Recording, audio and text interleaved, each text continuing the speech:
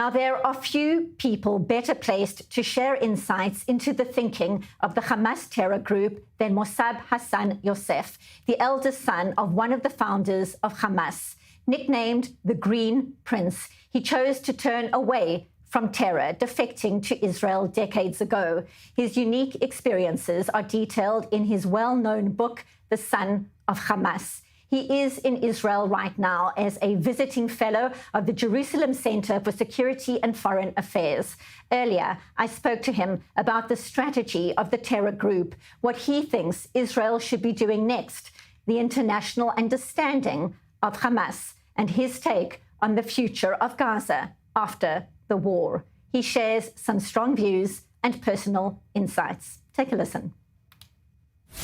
Thank you very much for joining us. So it feels like a critical juncture in the war. There's this intense military pressure by the IDF, plans to take over Gaza City, and at the same time, Israel making it clear it will only agree to a comprehensive deal that will see all hostages released. So what is your take on the Israeli strategy nearly 2 years in? Is there still room for diplomacy?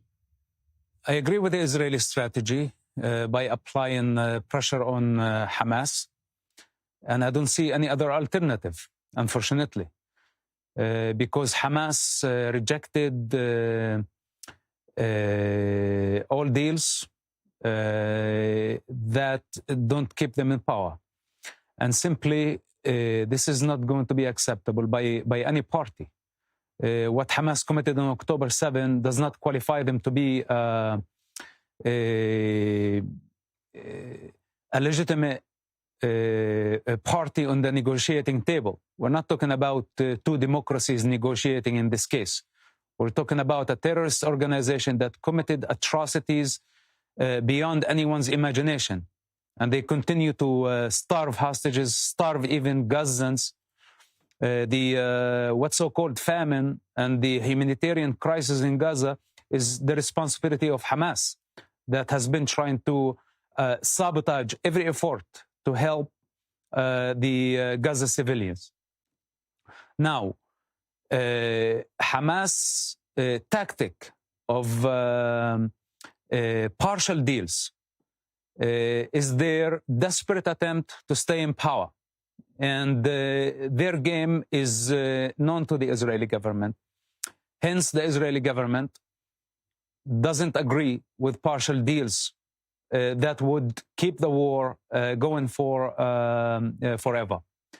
A complete deal that brings all the hostages, that would be the answer to get out of this situation and help reduce the humanitarian crisis in Gaza. So would plans to take over Gaza City scare Hamas? Does pressure from President Donald Trump scare Hamas, or from Qatar, Egypt, Turkey, possibly other nations too? What scares Hamas? What insights can you share? Well, Hamas is kamikaze suicidals. They are going one way ticket to hell, and they know that. Now, they are trying to sink the boat with everybody on it. That's including Gaza civilians, the hostages, and if the entire region, if they do that. So how do I scare someone who's suicidal? What scares Hamas the most is life. To fight for life, to help the people, to build a nation, to serve the people. This is very scary for Hamas. But to die is something that they wish for. And I hope that Israel will give them their wish. The only thing that is in the way is the poor hostages who have been starving under impossible circumstances. So this is the time for the United States, for the rest of the world, to get behind Israel. If the Western world get united, instead of condemning Israel and rewarding terrorists with statehood, and by giving Palestinian terrorists legitimacy, justifying their violence, when they drop all this madness, then we would be closer to end the crisis in Gaza. But as long as everybody or a majority of the people advocate on behalf of the terrorists, I don't see this ending anytime soon. It could take years from now, and the humanitarian crisis will only deepen, and there is a possibility of the hostages dying. What scares Hamas, that we take any type of legitimacy from them, that we tell them, you are nothing but a terrorist organization. You don't qualify as a resistant movement. You're just barbaric. And what you did was completely wrong. And once we take this cover from Hamas, Hamas will be in real trouble. What's encouraging Hamas today and what's given them a lifeline, the clowns around the world of what's so-called pro-Palestine, that they have been advocating and spreading Hamas propaganda, spreading the Palestinian victim narrative, and criticizing Israel for defending itself. This is what's encouraging Hamas. What scares Hamas, that they know their place in history as a barbaric movement who committed atrocities against humanity, unthinkable war crimes. This is what scares Hamas. But as long as we are confused and we are not able to discern false from true, to discern virtue from vice, then Hamas will continue to manipulate everybody. And given what you're saying, it's staggering to think Hamas has the leverage it does. We've seen the recent images of emaciated hostages. So through the prism of Hamas, is there any level of concern that showing these horrific images would be detrimental to the terror group on the world stage, that there might be some kind of backlash for the way it's treating the hostages for all this time? Look, the vast majority are the silent majority. And the time has come for them to speak up, to say their hearts. There is a loud minority out there. That's the pro-Palestine. And all the mediocres, anti-Semites, opportunists, self-hatred Westerners who have been supporting Hamas for many different reasons that I don't have have the time to go through it. So we need to cut the road on this type of opportunists. And you expect that the world would see the starvation of the hostages, that they would do something about it. But we have failed them because many people choose to be silent. And this is the time that we speak our consciousness. These hostages were kidnapped from their backyards, from their living rooms. And they didn't commit any crime. They were peaceful in their natural environment. Why did Hamas take them in the first place?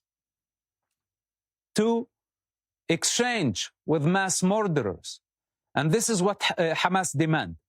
And for those who choose to blame Israel and give Hamas legitimacy, those are the ones who are giving Hamas the leverage. It's not only about the hostages. If it was only about the hostages, the problem would be much easier to deal with. It's the problem with legitimizing evil as resistance.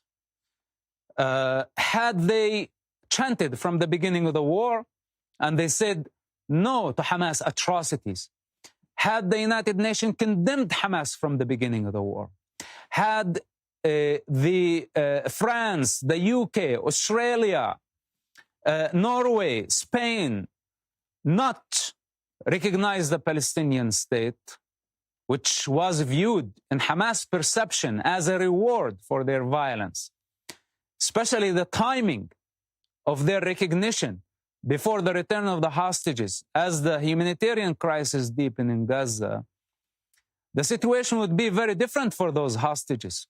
The entire world conspired against the hostages in favor of a terrorist group with no morality. This is what we are dealing with, and this is why it's taken 2 years.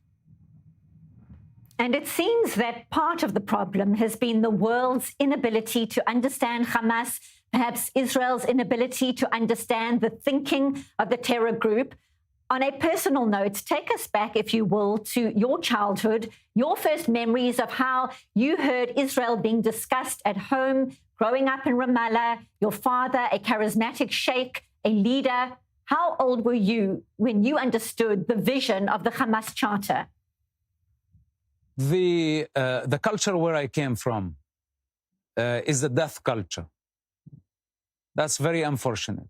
And of course, people come and say, don't generalize, which means that I have to go through every detail of my childhood conditioning, which I can write hundreds of books and I wouldn't even cover what I had to witness in such a culture. And when I come and say death culture, they say this is generalization. When I say that this is a barbaric society that praised suicide bombing attacks, that celebrated the death of Jews for being Jews, that wants the destruction of the state of Israel because it's a Jewish state, that doesn't have the capacity to build a nation, that does not have leadership, that is infested with sick ideologies, Soviet, communist, Islamic, jihadist. And today, anybody can claim to be a Palestinian. What was it like for a child to grow up in such environment where infinite forces clash for power, that rely solely on false narratives to achieve their political agendas? A culture that glorify sacrificing children for political and financial gain. What else do I need to say? Haven't we seen the Gazans celebrate on October 7 the kidnapping and the butchering of innocent civilians? We have forgotten. So, will it even make any difference if I just continue shouting out loud to tell them that the alternative is dark, that the alternative is death? It wouldn't make any difference. So, and what's the point of me sharing my pain? As a first-hand observer, I spent half of my life among what's so-called Palestinians and half of my life among the Jewish people. I don't see a problem with the Jewish people. They can coexist pretty much with anybody. But the Palestinians, if the world does not meet with their political ambition, they retreat they decide to become violent, global violence. And the ones with short memory should refresh their memory of how many suicide bombing attacks have been committed by the name of Palestine, how many commercial airlines have been hijacked by the name of Palestine, how many massacres, global terrorism. I'm not talking about a war for land within the Palestinian territories. It's not that. So how much do we need to learn? How many times do I need to speak? How many books I need to write for the world to understand that the Palestinians are the problem? And in fact, their tragedy is self-inflicted tragedy. And I don't expect from Israel not to defend itself. If I was in Israel's position and somebody is determined to harm me, to kill me for who I am, and I don't have the intention to harm them, then I have the right to defend myself. Israel does not want to fight with these savages. It has been 70 years already. And nothing worked with them. Negotiations failed. Offers for statehood failed. All type of reasonable, peaceful means have failed. What else? More than 100 years of trying to find the reconciliation, to find the resolution. But how can you communicate with people when they have the first option they have is violence? With people who don't have a legitimate representative, people who are conflicted on each other, people who serve foreign entities at the expense of children and their future. So the world needs to just step into Israel's shoes for a moment and think, how would they handle such a society? And exacerbating an already sensitive issue in this war is this distinction between a Gazan civilian and a Hamas terrorist. We've seen images of mothers in Gaza taking children to those dehumanizing ceremonies when hostages were freed. We've seen them cheering in front of coffins of Jewish babies. And the IDF is facing this intense scrutiny to protect civilian lives as it tries to eradicate the Hamas threat in this densely populated area. What more can you tell us about the way Hamas uses civilians as human shields and this important distinction, so-called?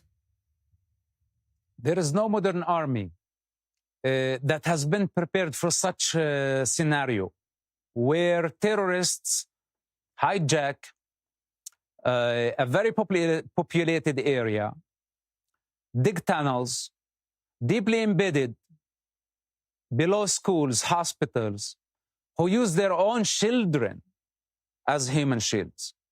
This is what the West does not understand.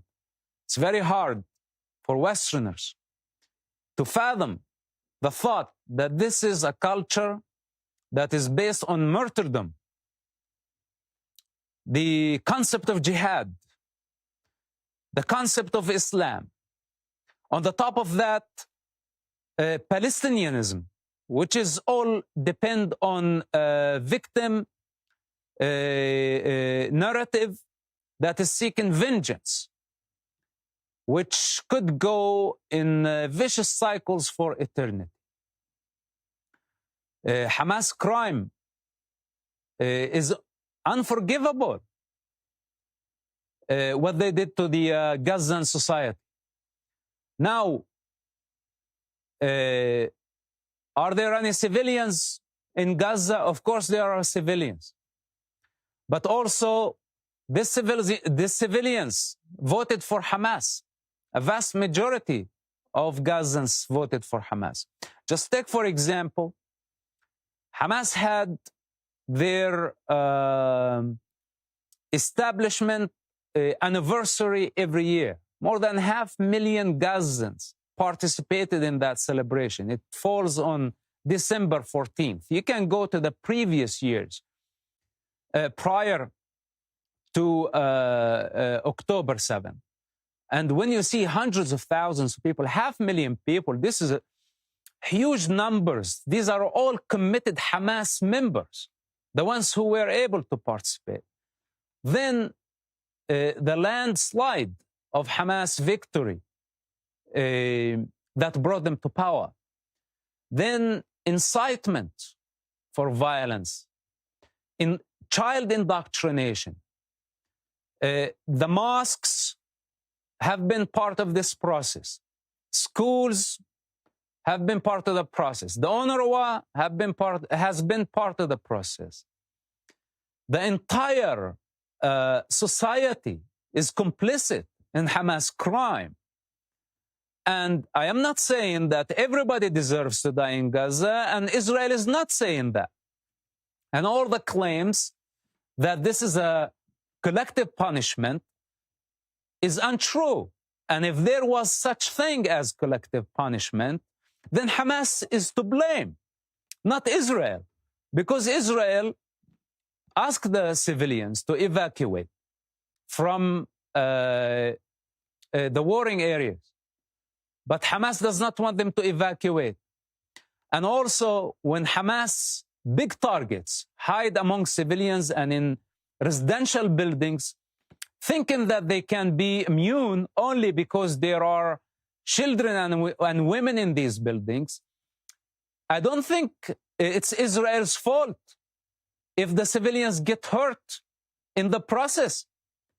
And how Israel could actually fight a group like Hamas without any civilian casualties?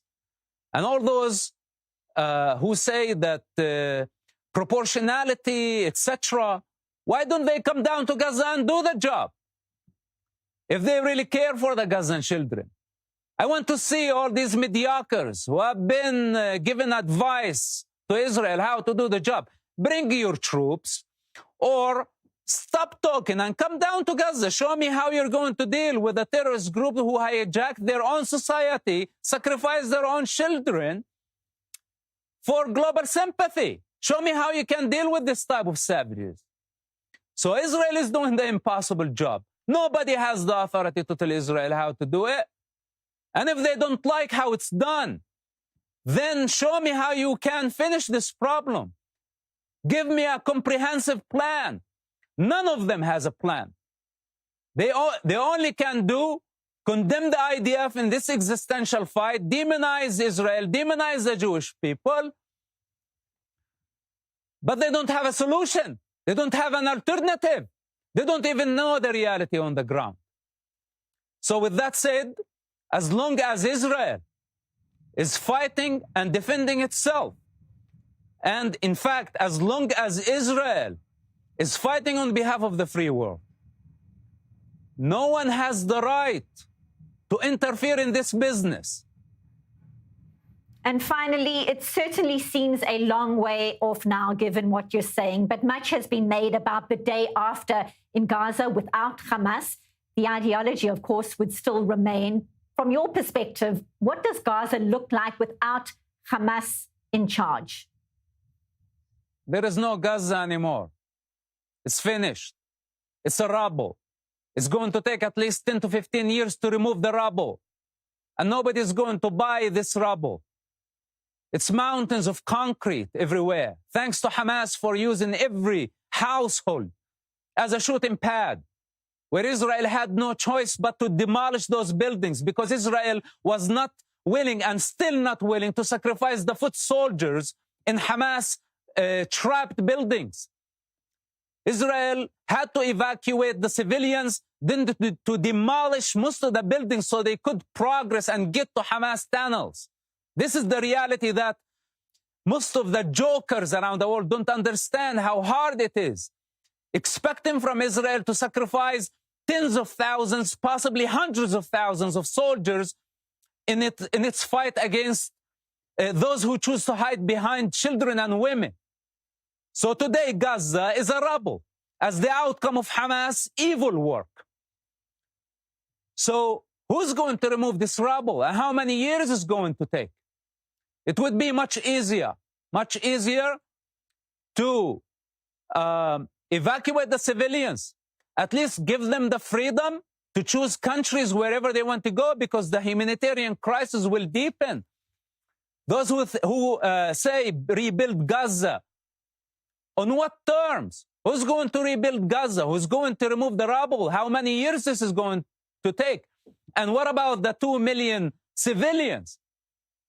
What they're going to do in the meantime as Gaza is being rebuilt according to the terrorists who want to rebuild Gaza and bring us back to the first square.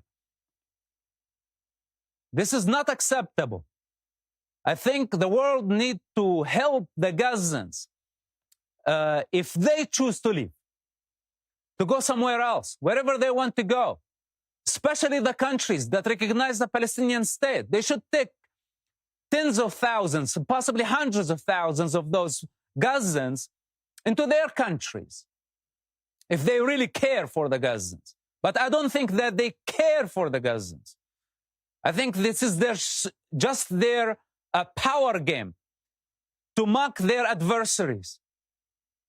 So the reality of Gaza, if we don't allow the civilians to choose their freedom, and I say for those who want to stay in Gaza, it's their right to stay in Gaza, but I have to warn them, for the next 10 or 15 years, Gaza is going to be infested in disease. There is not going to be housing. This is not going to happen overnight. The destruction is huge. People have no idea. So with that said, let the people have their freedom. If they want to go to Egypt, if they want to go to Jordan, if they want to go to France, I highly recommend that they go to France, to Spain, to the UK, to Australia, because the people there love Palestinians very much. And if they love Palestinians that much, take them in. In the meantime, I hope that Trump's plan go through to build the Rivera. I want an American model in Gaza. I don't want a jihadi model. We are done of the jihadi Islamist model. We saw what they are capable of doing. And the Palestinian cause as a device in the hands of all terrorists around the globe and all fanatics around the globe must die. I am going to take this device away from them. No Palestine, no Palestinian, no Palestinianism. The Arabs who choose to stay as neighbors of Israel in Judea and Samaria, in the West Bank, or even in the surrounding countries, need to respect Israel's sovereignty. And if they haven't learned from Gaza, then Israel is determined to show them that Israel is going nowhere and they will be the only suffering side. It's as simple as that. Mosab Hassan Yousef, thank you for being with us on I-24 News. You're welcome.